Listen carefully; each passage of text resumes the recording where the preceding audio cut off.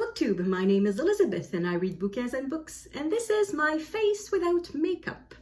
I normally don't wear makeup during daytime. I sometimes wear some at night, but when I'm going out, of course, not just when I'm watching TV. But during daytime, I don't wear makeup, and it's a gazillion degrees out there. I don't feel like putting on something on my face, so I decided to take the plunge. No makeup filming. After the no editing filming, this is the no makeup filming. I wanted to update you about my staycation. It's been a week since I filmed the previous video. In the previous video, I had said that I was going to Montreal and that I wouldn't have a lot of time to read, so I would bring only the Sylvia Plath biography. I was right in the fact that I didn't have a lot of time to read, but I did have a bit of time to read. But it was time to read when I was in the presence of other people. And for some reason, I am shy of bringing out this book, or not necessarily this book, Red Comet, but big, fat non-fiction books in front of other people. Even if these people are my parents in this particular case. I knew they would ask me questions about why are you reading this? And I would say, well, it's for the BookTube prize. And then they would pity me because I have to read this book. And then they would say, oh, why did you volunteer for that? And then if I would volunteer again next year, they would say, why do you do that? Last time you had to read such a big book. And I didn't want to go into that conversation, so I just did not bring out the book. I did not read Sylvia Plath. So it means that for this week, I have to read 50 pages a day if I want to finish it in time for early September, because I still have another book to read for the BookTube prize. So I'm not allowed to comment on whether I enjoyed reading it or not.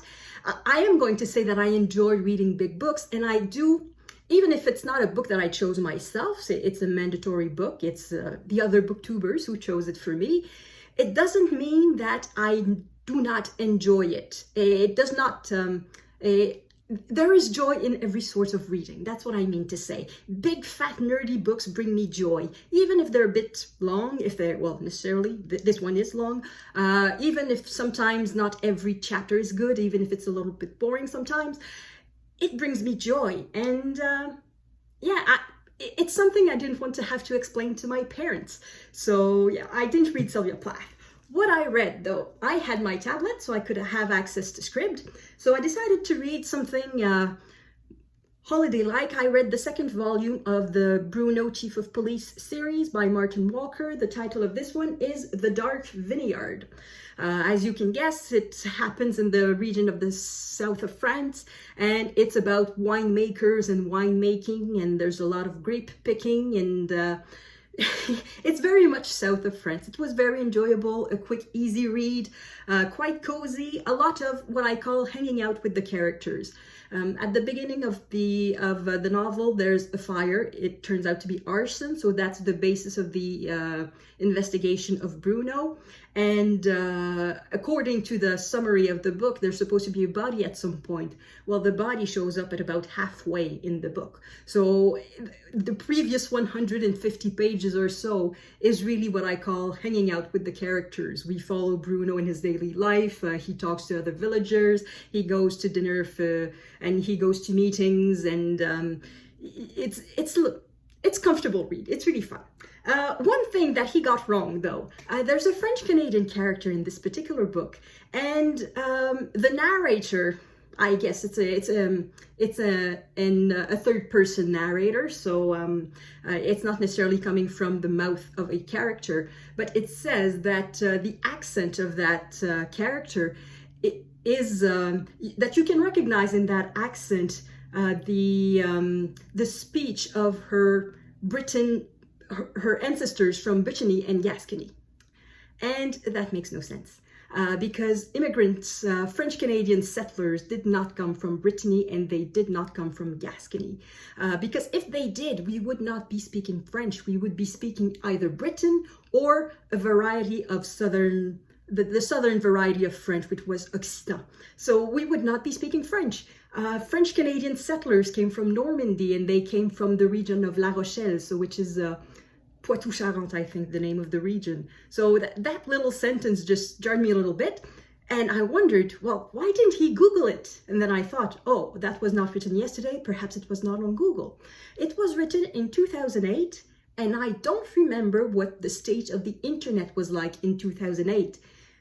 Was the origin of French-Canadian settlers the sort of information we could find on the internet in 2008? And I don't remember. I could easily say that in 1998, no, that would not be the sort of information we could have found on the internet at the time. And I can easily say that in 2018, it's guaranteed that information would have been there. But in 2008, I don't remember. So I don't know if I should blame the author or the editor for poor research, or if it's just something that could happen given the technology at the time. So anyway, despite that teeny tiny mistake, it's a good book. After that, I decided to read Frères d'Armes, which is At Night All Blood is Black by David Diop. It's the winner of the International Booker. And that book prompted a lot of thoughts for me, so I decided to film a review. So I have filmed an independent review that I will post quite soon, I guess.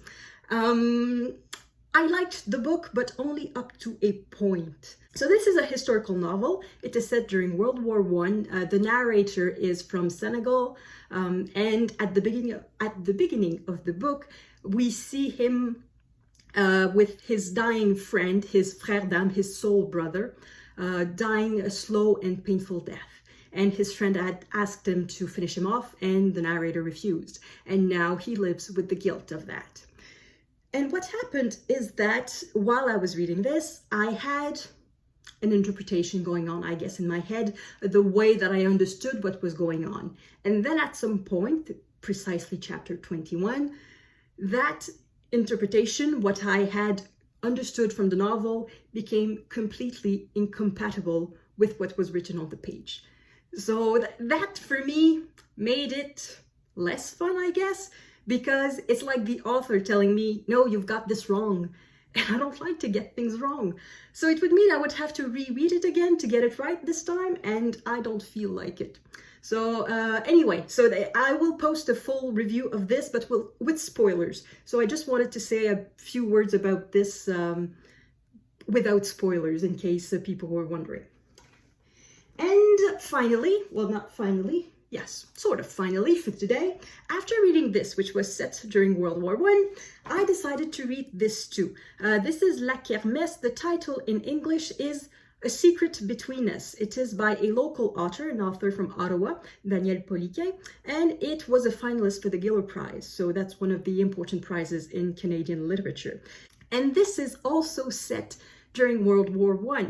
And the reason why I picked this one up is really because I had just read another book about World War I, and I was in the mood for something else in the same period, set in about the same subject. And I'm very surprised at how many similarities there are. It's a very different story. So here, in this case, we have a French-Canadian soldier, and so far I'm about halfway through. Most of the story is set after the war.